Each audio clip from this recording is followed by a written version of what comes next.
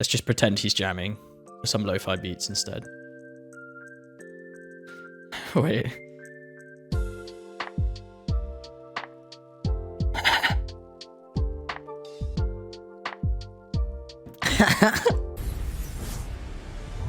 Welcome everybody to BlizzCon. We know that you all want to hear more about Overwatch 2. Jeff! Allow us to invite you behind the scenes to explain more of what we're doing and why. Everybody, please hit record. Fingers crossed. We lost Scott. It's off to a good start. This is going great. We've been assembling one of the best teams that I have ever worked with. I'm nervous. Has he lost weight? And I'm so proud of the progress that we have made together. We really like No, that's Jeff like right now, I drop think. down. Imagine that it's coming forward, boom, boom. This starts to spin. The scale and the scope of this game have meant that we've needed to grow substantially. We have to. Sorry. Let me start over. Overall, I think we've done incredibly well as a team moving to work from home. He could have dyed his hair, but like, he was talking about BlizzCon, right? Oh, shadow play. Doesn't matter. There have definitely been challenges, but the team is really putting everything we've got behind this game. To me, it's the next big step in the Overwatch universe. New heroes, game modes, major story beats. With competitive and PvE, I see Overwatch 2 as the Overwatch for all of my friends. You know, we're always inspired by what story and franchise development does with the animated shorts. We really wanted to bring that cinematic experience into the game. You can invest in your heroes and grow them over time. I'm super geeked out about Overwatch 2. I can't wait for people to play this game. It just gets better and better. There are some things that we just can't do without a sequel. So thank you so much for your patience so far, and I hope you enjoy this behind-the-scenes look at Overwatch 2. New maps and role updates. All of our players at home, they want to see one of the new maps that we've never talked about before. Really, I can just talk about anything that I want to. Yes. You're serving this up to the guy that is like unintentionally leaked information in past interviews. You can do it officially now. Okay, so one of the maps that I'm most excited for in Overwatch 2 is our Rome map. Oh, this is we a push always map. want Overwatch to right? feel like this globe-trotting adventure for our players. So we're having a lot of fun coming up with the Overwatch version of Rome. We wanted a very romantic, sort of this powerful feeling of old world architecture. One of the most exciting things for me is the early building of these maps, where we get to sit down together with key people from the environment team, level designers, effects groups. We'll spend some time talking about moments in the game that we really want to see, like the Colosseum or a grand view of the hills of Rome in the backdrop. And then we'll go back and do a paint over, or we'll do a concept painting of certain things based on that. We try to draw inspiration from as many different sources as possible. For example, one of our environment artists had just taken a trip to Rome, and he returned with thousands of pictures and was so excited to work on a map set in Italy. I think this is a push map. Architecture in Rome that represents the empire that it used to be. So we brought some of that back. Some of the things that are destroyed in real life, we kind of rebuilt in a kind of an Overwatch style. It's one of the most beautiful pieces of environment art that I think we've made How cute it for is. the entire game, and it just absolutely took my breath away. Thank you, bro, for the 10 months. I appreciate it. Looking at some new Overwatch shit. Finally, bro. Much love, man. Thank you for the 10 months. Maps? Yes, Scott. Scott, why What's up, don't you bro? have the honor? Why don't you reveal, like, is there an artified, like, let's pick an artified one. I know what map I want to talk about. It's the one that I just get super excited about. New York City. New York City is just an amazing Overwatch location. Oh, We're really striving to make it as authentic as possible while still putting this Overwatch spin on it. There's a lot of amazing buildings and architecture pieces Fuck, that just, especially yes. for artists, stands out a lot. And Yes. they use this kind of Art Deco style from the 1920s, 1950s. We started in an area that's a little bit like I fuck with Village. that. There's some smaller shops there.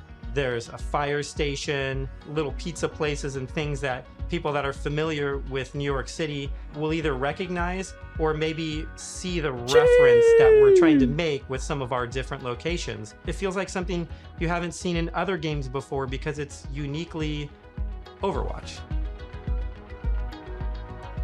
Well, we should move on. Otherwise, we just have to reveal more maps. So we were talking about PvP. I really like that. And, you know, one thing that I think is really interesting about PvP in Overwatch 2 is some of the philosophical changes we're making to the approach. PvP feels different and new. We're upgrading our combat feel. The roles are playing differently. When it comes to all new maps, it's a pretty big departure from where we are on live right now. So I can't wait to see where we end up with it by the time we launch this thing.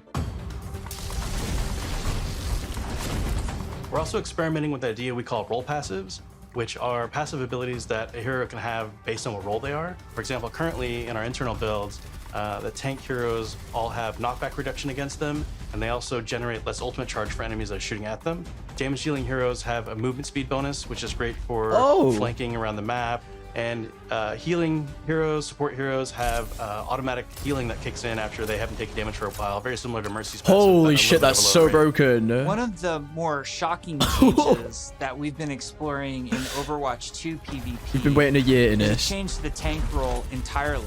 That's applied to all of the tanks. We want to try to make them more toe-to-toe brawlers and less characters that just stand back and protect other people. So, for example, for Reinhardt, we've given him 2 charges of Fire Strike, so he can throw Fire Strikes a lot more aggressively and more often. Also, his charge, he's able to cancel it now, and you can steer it more aggressively, so you can, you know, not quite turn a corner, but you can definitely more accurately pin targets. And because you can cancel it, it allows you to use it in much more aggressively. PvP, this is all in like ranked. Really go after those key targets without feeling like you're going to sacrifice, you know, all of your. You can cancel pin, bro. It's almost more terrifying now with this, be able to unleash his full arsenal. I disagree more with often being able to cancel and pin, but whatever. We'll talk about all of that after. The changes to Reinhardt that we're trying, and they might not ship, that's just the reality, but the changes that we're trying right now are to try to embrace more of that instinct that players have when they want to play a big burly character that looks aggressive and feels like it should be aggressive. I think pin should be like a high risk Shortly after ability, but BlizzCon, whatever. we spun up this group, our combat field group, to really just work on what happens when a player holds the trigger. We're putting a ton of effort into looking at all of our characters and trying to give them even a more visceral weapon feel. From sound to VFX to animation to the design of these units, all new sounds for a lot of our weapons in the game, and a whole new sound system that's driving it. And we didn't just level up a unit, we leveled up the rest of the game. Oh shit, wait, Sojourn Overwatch, gameplay. you know, we spent quite a bit of time working on gunfire sounds and just general combat feel to make it feel really awesome. We're revisiting pretty much everything, nothing's off the table, so we're looking at even kind of small things such as quick melee attacks that every hero has. So they have kind of new audio pass and a new kind of feel and visual effect when you hit things. One of the bigger efforts we're undertaking for Overwatch 2 is what we're calling our Weapon 2.0 sound pass. What this is a big overhaul to the weapon systems in the game. That means the way the gun feels in your hands, you could feel the ammo running out as you're getting lower on the clip. Yeah, this is old. Amplify those sounds to better encapsulate the gameplay. Okay, I mean that's already in the game. That comes with Overwatch 2. Another key for the weapons was getting them to feel like they're in the environment. This meant working with Convolution Reverb. It's a new system that we've implemented into Overwatch. It's a way that we can capture the acoustics of an environment and transport it onto the sounds that we're using. It does that already, so we but not to a massive degree. Guns in different environments through our weapon shoots.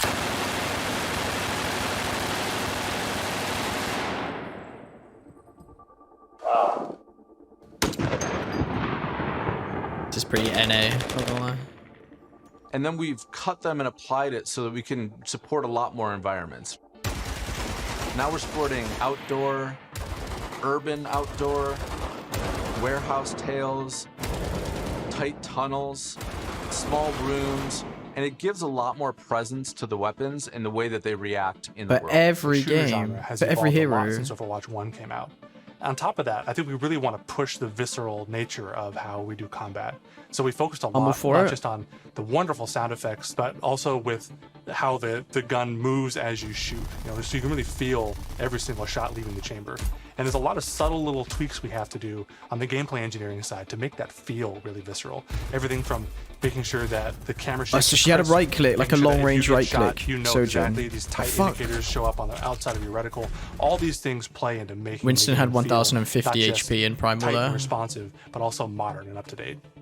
Take 76, for example. What we wanted to do in Overwatch 2 with his weapon was make it really feel incredibly powerful, and that happens with a bunch of different elements that mix together. But it really feels like the gun is almost just outside of your control. A lot of that comes down to this camera shake technology, where every time you fire the weapon, you want to feel like it's running through your entire body. not camera The camera shake. gives No, that extra bite to no, every single shot of no, the chamber. absolutely It not. makes him Fuck feel off with that shit. really great. No, You absolutely guys not. got Fuck a off with sneak that peek shit. of Sojourn from last BlizzCon. She's been under development for quite a while, and That she's is- actually quickly at this point become a lot Okay, of King's people's Road favorites daytime. in-house. When we look back at Overwatch when it was originally created, Why is this the first time there's we a see lot of heroes gameplay? that were made from a gameplay standpoint, kind of surrounding a weapon type. For example, Farah was based on a rocket launcher hero. Daytime Dorado. Widowmaker is clearly like kind of the sniper. We thought there was a weapon that was kind Developer of aim. missing that would be a lot of fun to play with, and that's a railgun. It's so much fun in the playtest to have this really powerful shot that can Developer aim. rip through enemies if you really are accurate with it. And she's all about that aim skill. So if you got that aim skill, you'll love her. We're still exploring new game modes, and we're also reevaluating older game modes that people are more critical of. You know, we're of the mindset maybe 2CP doesn't exist in Overwatch 2, and maybe there's a new cool game mode that replaces it. We really want Overwatch 2 to feel like the next evolution, a true sequel to the first game. Removing Not 2CP. an add-on. It's not a small part. It's not an extension of the original game. This is an evolution and a replacement to the original game. They're actually removing and I think 2CP. it's exciting. Hero missions are probably one of the things that's the hardest to wrap your head around if you've never played one of them. The goal around hero missions is for these to be this co-op PvE experience. I personally only play competitive mode. Like, I'm all about that competition. And I have friends that they don't want to do that at all. So I'm really looking forward to a game that I can play hours and hours with my friends who aren't in competitive. And it's also something that I'm interested in. Hero missions are the content that people are playing as they are leveling up their heroes. And so for a system like this to really sing, you need a lot of missions. We don't want players to feel like they're just in this grind to get to the top. And there's a lot of really, really good back-end technology that we're exploring so that the heroes are constantly Legit, bringing Ali. their personality and some light story to these hero missions. It's as a well. weird. The goal is to make as many as possible, hundreds of hero missions. We've explored a lot of different ways of getting to that much content. Still have like different sets of enemy units that people will be fighting against, and there's different hero mission types. At the same time, hero missions can take place in all of the multiplayer maps that we've done, and we're also adding new spaces onto some of these maps. Oh, King's Road DLC. It's a huge challenge for the art team. We take maps that a lot of people love and recognize, and we have to add a lot more art and level design to it. In this one hero mission playtest, we came up to an area in King's Row that usually has a gate on it. Suddenly that gate opened, and Wait, where's I saw that? a new Oh, area oh, of out King's of a Row text that spawn I on the had right. never seen before. Oh, that's sick. You may be playing a payload game type, and the payload may decide to take this new route instead of going the usual route. That cool. was really, really cool. It was like this eye-opening special moment. Lan, our lead tech artist on the environment side, very early on her own free time, made a prototype of a sandstorm on the Temple of Anubis. I disagree with And at this the in time, we competitive. know what we wanted to do with but that, it's it cool looked in awesome. everything else. We sure. looked at it and went, oh my God, we absolutely have to do this. So we put some new technology in place that allows us to do this dynamically. You start the mission off, clear day, Yeah, midway through the mission. only in missions. This is really cool in missions, not in weather would show up. It made the world just feel so much more alive. FPS counter in the top left said 35. There's a sunset, daytime, nighttime, but depending on where you are in the world, these look different. California or Hollywood would have what we call a California sun. In New Bonnie, there's a great African sun that happens there. You sort of get a sense of space and mood. Shit's This is cool. what really That's brings cool. the levels to life. For me, the dynamic world's exciting. Just seeing these dramatic landscapes, the wind and the atmosphere blowing by. It's a much more cinematic experience for the player. Before you start a mission, you look at a map. Developer aim. It's nighttime in Necropolis, or there's a sandstorm in Necropolis. Players can make some comp choices based on knowing this information. Characters like Hanzo or Widowmaker start to be a little more valuable because they have abilities that allow them to see through the sand more clearly. Are we gonna How have talk you missed a about any headshot of on the a bot that types stood of still? objectives in hero missions? Yeah, let's talk about the objectives. Players are being asked to do different things from one hero mission to the next so that they all feel really fresh to the player. For example, we have Gather and Return, where you're trying to go and grab these different canisters to kind of safeguard them so they don't go off and affect the population in a negative way. It creates this really cool tension in the world where, on the one hand, you're trying to split up and go grab all these canisters to be as efficient as possible, but at the same time, now you're having these sort of special enemy units spawn that are really difficult, and if you kind of get caught by yourself, it turns into a pretty bad situation really quickly, and it feels extremely cooperative and like a very different way to interact with the Overwatch universe. We're experimenting with all sorts of ideas, and just internally we have names like Wall of Death, Scavenger Hunt, and Kill Quest, and all these new mechanics and enemies for people to experience. Players will be able to jump in night after night, play different hero missions, and then work through the progression system, leveling up their heroes. I think this would be really cool for warming up your aim. And actually like getting XP At and shit. BlizzCon in 2019, we started to talk about progression, and we showed the very early version of our talent system. This which I looks think like was it's really going to be a lot cool. of We fun. had that one talent where like Meg became the Yeah, rolling this shit looks like it'll be snowball, which was jokes. a big Like, hit. everything's We've just really OP. blown that system out. I'm real excited about talents. You can play the same hero in so many different ways. Now with the skill tree, you I can think that's have cool. fun every night doing different things and kind of experimenting. Yeah, the talent system is like really Holy fuck, deep that was so many. and rich, and every single hero has different trees. You might open up 76's tree, and as you're leveling and picking new talents, you're starting to feel your hero change. We've had some pretty hilarious versions of the healing one where his biotic field travels with him. It also repulses enemies. We called it the snowplow build, where 76 is like running through spaces, pushing enemies away from them. Designing these is super fun because it's like we get to break all the rules that we've sort of established for ourselves, and we get to really take the gloves off and do crazy things. that looks cool. Junkrat can dual-wield grenade launchers, and we've had Mercy be able to area effect res their whole team at once at super long range, through walls. Getting a bit of a It's been ton flashback fun, there kind of like from mad scientists making all potentially this some stuff. older game. You're all used to using these kind of kinetic weapons like Nice. Soldier 76's rifle or fire attack like what Reinhardt's Flame Strike does. As soon as you start to mutate these things with talent, called Fire all Strike, of a right? sudden Not Flame you can Strike. Freeze Silly damage dev. or electrical damage. But it gives the animators a bunch of crazy opportunities. You know, the animations are going to change to show them freezing and shattering. And if you shock someone with a lightning attack, that's cool, they can bro. shake in place and I like stuff, this. maybe chain to other enemies. All sorts of stuff to make you feel like you're Wait. controlling the Winston has battlefield Shatter in novel Arrow. ways. Scatter, I mean. In the As a bottom huge right. RPG nerd myself, the first time I opened up the talent tree system, it was like, oh my gosh, this is speaking my love language. Like, I just want to plan. Yeah, it's Scatter and I wanna Arrow, see, bro. like, where do I want to invest, and how am I going to play this character?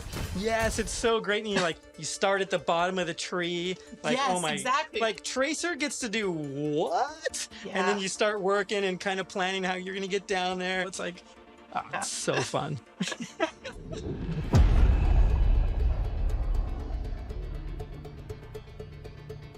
When we look back at BlizzCon 2019 and we talk about some of the criticisms that we had, one of them as a development team that we felt was that the combat was just not engaging enough. So the fact that our combat wasn't highly engaging to us as players meant that we had a problem with the enemy units. and that they just weren't feeling interesting enough. Just because we show something to the public, it doesn't mean that that is what it's going to be. If we make discoveries where things aren't working how we want, they're not reading how we want, they're not fun enough, Gonna get released date? we're No, probably totally not. down to reinvestigate, reiterate, and just really find ways to level kind of all They're aspects. definitely of not things close to until they feel releasing this good. game. I would say a major focus of all of 2020 was to make the null sector enemy units more engaging, and some of this was So that adding was new a major units and focus evolving other of units that we had the last year. Interesting combat for us Cool. is varied combat for us. Nice, so man. sometimes we're going to ask you to protect something in Overwatch 2. Sometimes we're just going to ask you to get someplace. Sometimes we might ask you to escort something across a map while it's being attacked. And so it's a different type of spawning, and it's a different type of units that are in there, and it's a simpler objective. There's a lot of units Aaron is talking about. Lots of different units, lots of different types. They serve different purposes. You do different things to them. It's really going to help a lot of us find the fun and make sure that Overwatch 2 is a blast. One of those sets of enemies is what we Yeah, I just internally want call something. objective units. And they're typically units that don't even attack players. The simplest version would be something like the Breacher. It's two legs with this huge bomb on its back. It was built to do one thing: slowly and methodically march towards its objective, and then it transforms, and the bomb opens up like a flower. It starts spinning and charging up, and you hear this awesome sound, and you know you have a little bit of time before it's going to explode, and you have to take it out.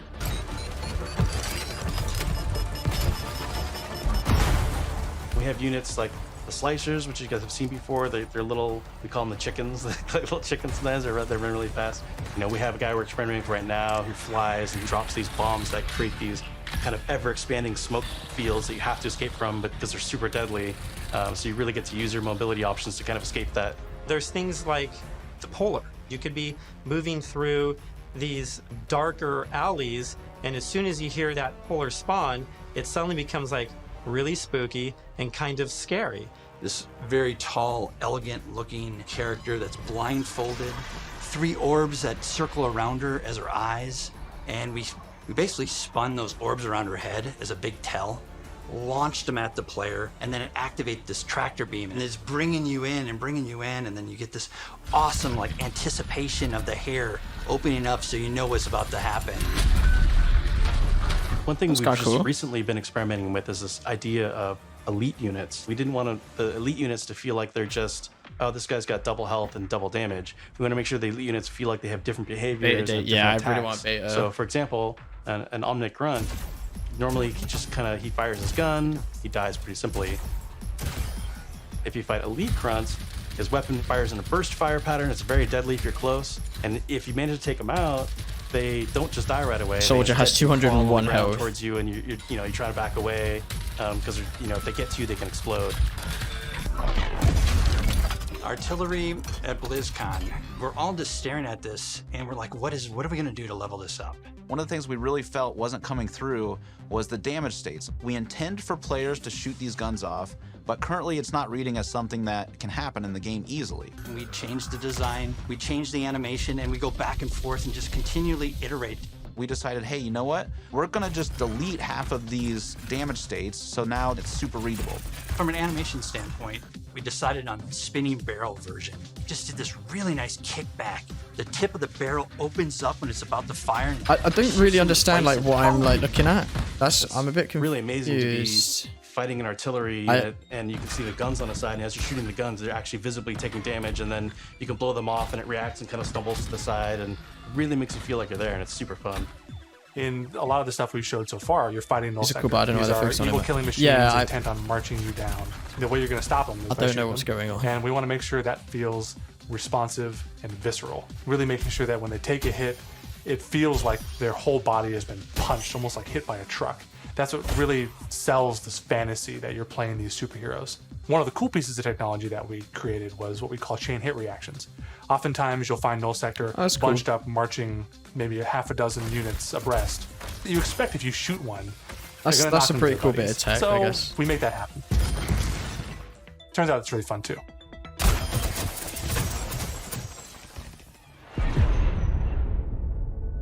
Oh, Real quick. One of the things that we showed I don't know why they're last doing year this. at BlizzCon It's was so much the new time looks to for our just. heroes. The theory kind of They're all going fine. in was like, you want They to all look fine. That looks worse. the essence of your hero, but also kind of show that heroes evolved and kind Just of spend that changed time and on moved something forward. else, man. So we have a lot more new looks. So I'm excited to see how players and fans react to all of the ones that we've done so far. Maybe we'll share some of those new looks today, which would be cool. We're going to reveal McCree's new look for Overwatch 2 as well as Pharah, and we're really excited to show off some of our first villains with Reaper and Widowmaker. But first I wanted to talk a little bit about technical wear, kind of like technical clothing. What that really is using very techie fabrics, as well as having very intricate but functional straps designed in a way that is very aesthetically pleasing. With McCree, we took a couple of different approaches. He's got this classic cowboy look that it's really hard to mess with, because if you try to make him too sophisticated or too techie, it might not feel right for the character. But as a concept artist, you always want to change things around and try different shapes and silhouettes, so we did identify as Red Serape as the main thing for McCree. We also tried a couple different things with McCree's I like the cowboy one hat. further We didn't second really to want the to mess right. with that too much, because that's a very iconic part of him. So that's another piece that we kept. We tried some retro cowboy looks that my mixed in only some tech problem here with and this there. is that Some that were a they're little bit more fixing techie something than that's not others, some that broken, were a in my little bit more opinion. Classic cowboy. I get it's We gave him a little refreshing, bit but of a like, longer beard, and it there's a really lot of gives him effort they're a going nice through kind of for a more aged look. something I don't think anyone What's really different asked about for, Pharah but than it's some of our other heroes. it is what it is. Pharah's completely covered in art. I'm sure it will we be didn't want cool. to change her silhouette too much. It was more about experimenting on different colors, so it felt really appropriate for her to be the one to harken back to those original Overwatch colors of white and blue. One of the things that we wanted to update on Pharah was her visor. Instead of being completely opaque and reflective, we tried a little bit more of a transparent approach, and being able to see through it a little bit now allows us to see some more of her emotions. Reaper was actually the ones I was very excited to work Corpse on. because husband I could see a lot of buff. potential in That how shit we looks can cool as integrate fuck. his cloak and his cowl and his armor, and how we can make all those shapes really sing within that classic, Reaper silhouette. We tried a couple takes with the first pass, like completely silver arms, more layers to his jacket. Reaper's mask is obviously pretty sacred to us, but the thing you'll notice immediately is that it's now completely silver. Instead of the bone white, he's got this like almost like deadly edgy silver that just gives him that classic Reaper look. With Widowmaker, we started with the idea stage, exploring a breadth of ideas. We tried things like a more insectoid approach, treasure hunter. One of them made her feel like a classic Bond villain, so we kind of steered it back towards one of the more cyberpunk looking ones, almost like a futuristic femme fatale, which is basically what Widowmaker is, but she even feels more upgraded. So I'm super glad that we went down this route. We played with different hairstyles too. Widowmaker has the really long ponytail that's really a key part of her look. Legit, Sam. And really liked the hairstyle on one of the designs that was more of a braid, and it was really interesting look that also preserves Widowmaker's original silhouette with that long ponytail. Cool. We've been working a lot with our domino engine and making our cloth look better. Now that we have this cloth tech, we're going to be able to make some really cool, unique silhouettes that will help Cloth them stand tech. out from other heroes. We put Overwatch a lot of time 1 and effort is into our dying, face rig, and what I mean by and that they is have we're going to get cloth really tech. close to these characters, and it's going to feel really cool. It is absolutely I'm worth worried. the time and the effort. I'm more to worried invest in than I was an hour technology, ago. and that way we can make these characters do more things that we haven't really been able No one's to gonna do give a before. shit about this game. It's been super exciting working on the new looks for Overwatch 2, and it's just been so If their inspiring current one to is watch dead. the team try things that we've never tried before, and I just can't wait to show off more in the future. Cloth tech on McCree, boys. Overwatch 2 is probably the largest opportunity we've had since the inception of the franchise to really expand what Overwatch even means to our players. In Zero still got them Hour, noodles we on his saw head. that some of the heroes got back together, but we're also seeing that Oh, there man. seems to be a second huge Omnic uprising. We're gonna learn who's behind that You know, uprising. if they had why something that's happening, a little bit more how interesting, we globally wouldn't be looking spread at is it. skins. The story and franchise development group, they were really the torchbearers of what the big story is that we were going to tell for this game. We have a lot of interaction with them. They're working on in-game cinematic intros and outros for every one of our story missions. It's been really great to see this collaboration grow and develop. The story is just a little more integrated into our missions than it ever really has been before. All the available heroes get dialogue for a given mission. Spy. We have NPCs. We have multiple hero choices. There's already NPCs in Overwatch 1, bro. We have all sorts of events that are happening that are driving all of my players fucking games to interact with each other or parts of the environment or other characters. The world of Overwatch is this bright, shiny future. So how do you take that bright, shiny future and create conflict in it? How dark can the world of Overwatch go?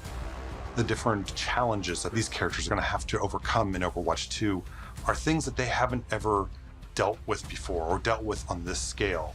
So what we had to do was literally strip it down to this bare bones of where are these characters in their lives. Overwatch has been disbanded, and now there's a situation where the world's in trouble again, and the world needs the heroes again, but they're not allowed to be doing what they were supposed to be doing.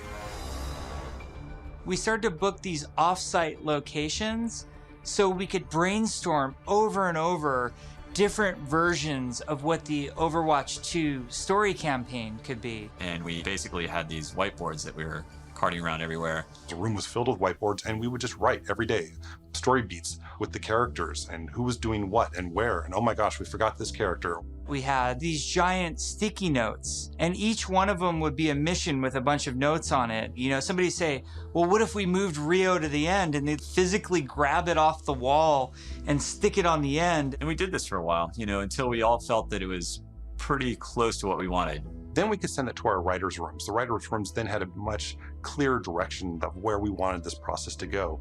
Ultimately, we come up with something that we think is right for the game, and then we pitch it back to the game team, and they point out everything that we missed. And that allows us to actually back up and go and make it right and make it better. Because the scale of this story is so huge, it takes place over the whole world. Seems like a very ambitious game. It just requires which means when it does come out, I'm sure it'll be great. Refinement to make the story as best as we can make it. But it's going to take a minute to come out.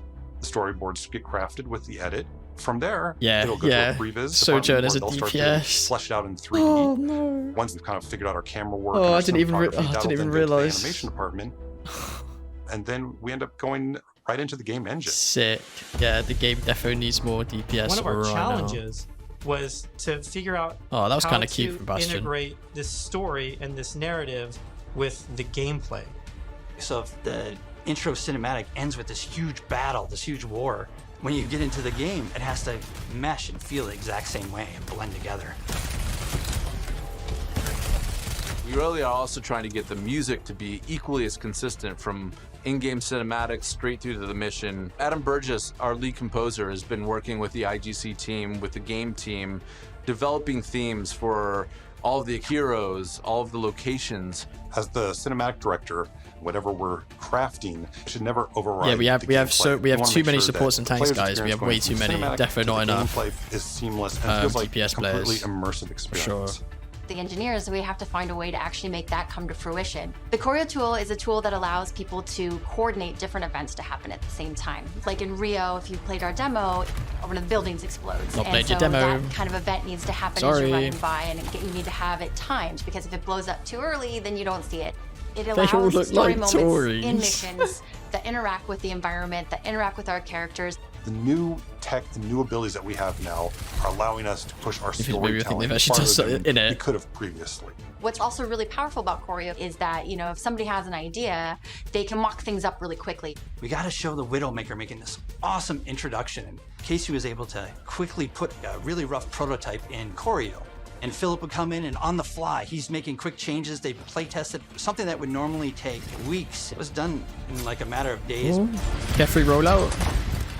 Each story mission has its own. It looks so floaty. Do you know what I mean? Like, I know this is super early gameplay, but it looks like gigantic. India is floaty one of our and biggest like maps, and it's a fun map because it airy has a and like few not story done. beats Obviously, that it's we've not taken done. from recent comics and characters in the game. Zenyatta times We've 10. written a history for each city so that the cities feel lived in, and I think that informs this will just the give me artists Diablo 4 so that they know in it. like what it is that the city has been through.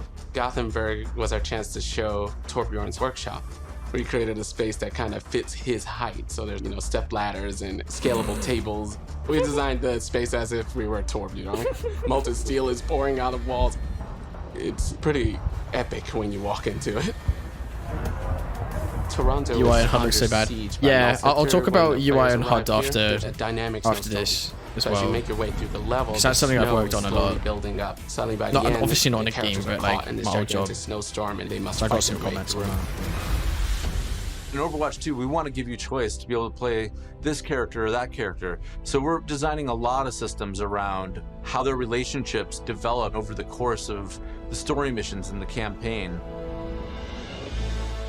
We have a cast of many characters.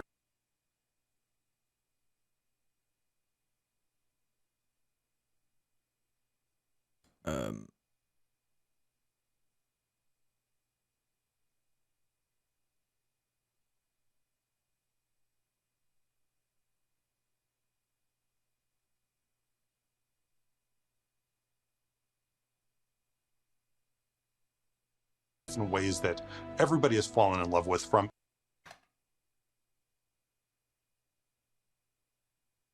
In Overwatch 2, we want to give you choice to be able to play this character or that character. So we're designing a lot of systems around how their relationships develop over the course of the story missions in the campaign. We have a cast of many characters, all on screen, all at the same time, and it's fantastic to actually see them all interacting and working together in ways that we've never actually seen.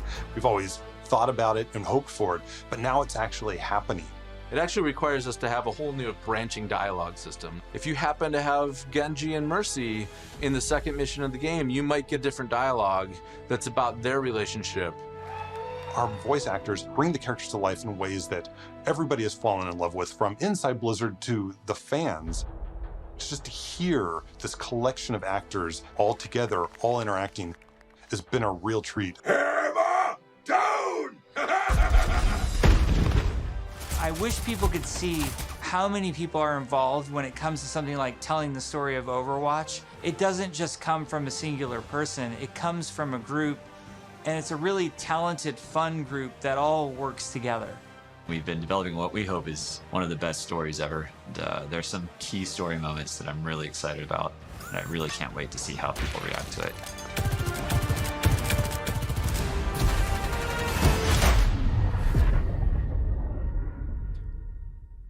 We've been talking about the game, about this universe. I know you all love it so much. Right now, we can sit down and have a night of Overwatch 2 and have it be a really fun experience. And I think we need some more time till we can say it's perfectly polished in the way that we want it. Okay. We've made such incredible strides since we first announced this and showed it to the community at BlizzCon in 2019. Which I don't think you should have The done, to thing be that honest. I'm most excited about is that moment when we hand the game over to the players.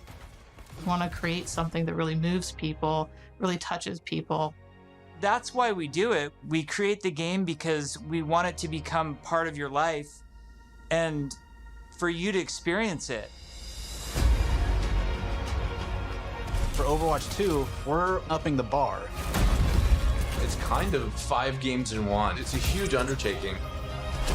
The new tech and the new aesthetics for the new Cloth looks tech, bring new closer skins, to the characters 2 that new you love, maps, and we're just getting started. The fidelity of the gameplay experience is much richer. better gun sounds, like cinematics that push the boundary of what we can do to tell stories. We want this dynamic world. We want things to feel alive. I'm really looking forward to being able to expand the world of Overwatch for our players.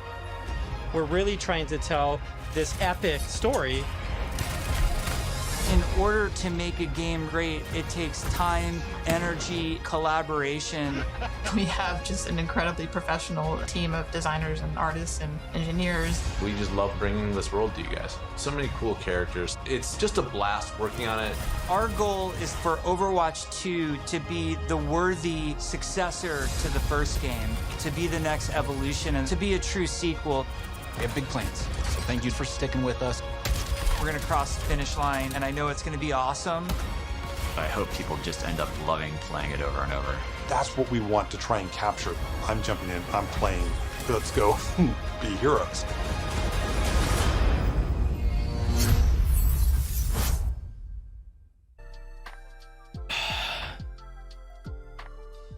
So absolutely, I think it's fair to say that there's going to be zero content coming to Overwatch 1 until I think there's going to be nothing coming to Overwatch 1 until this new game comes out.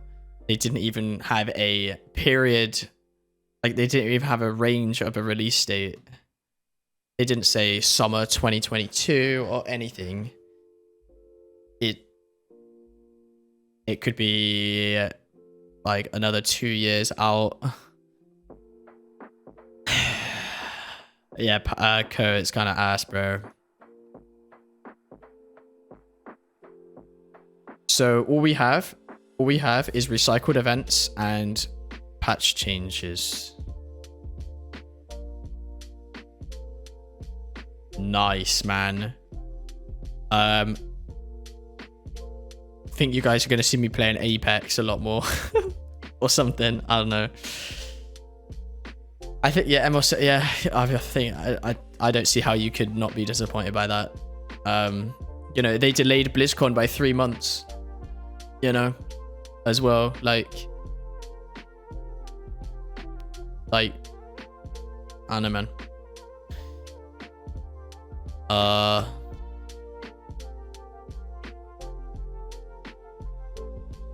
I'm just tweeting CBA. I don't know, man. Now that is a vibe.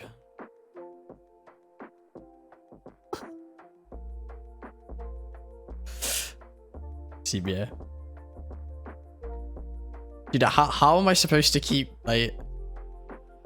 How am I supposed to keep playing this game when they do nothing, bro? Are you serious?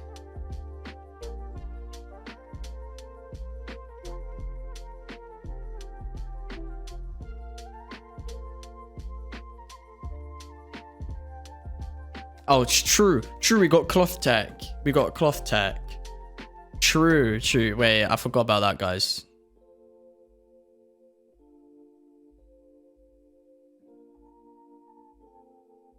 Is this cap?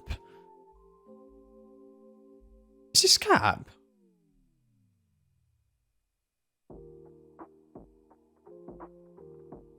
Nah, that's paid.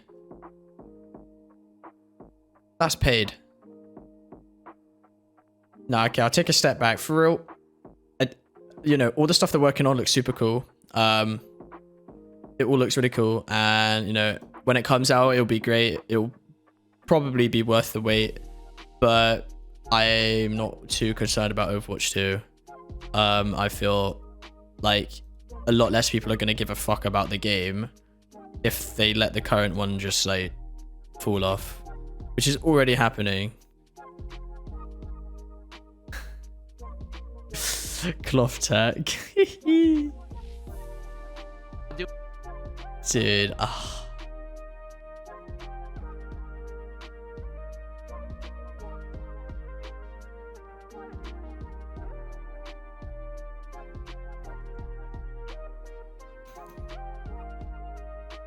Bro.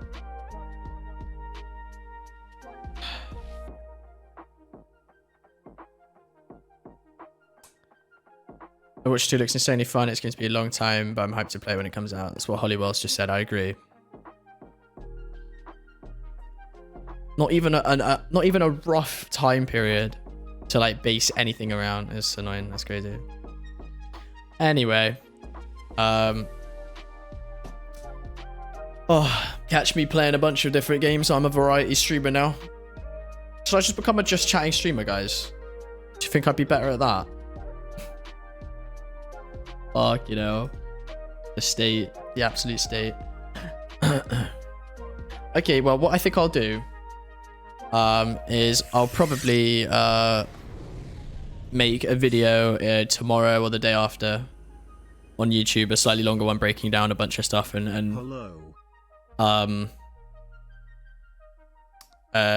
explain my thoughts like in a more structured manner. Yo, what's up, Vexed? Thank you for the 1 year. Fucking hell, a tier 2. Thank you, mate. Welcome back to Lunar Colony. I appreciate it. That's a 12-monther right there. Thank you, Vex. I appreciate it. A long time support, bro.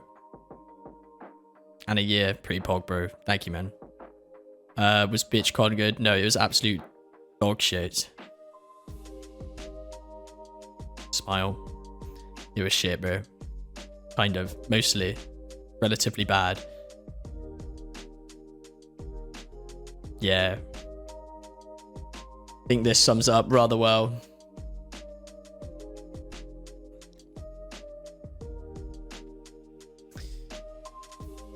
Anyway. I will probably make a video tomorrow or the day after with more structured thoughts and some clips. I'll probably watch the whole thing again and you know, go a little bit more in depth. But yeah, bro. I think it's realistic to expect another year of no content to Overwatch 1. So yeah. That's just depressing. That's actually just sad. Alright.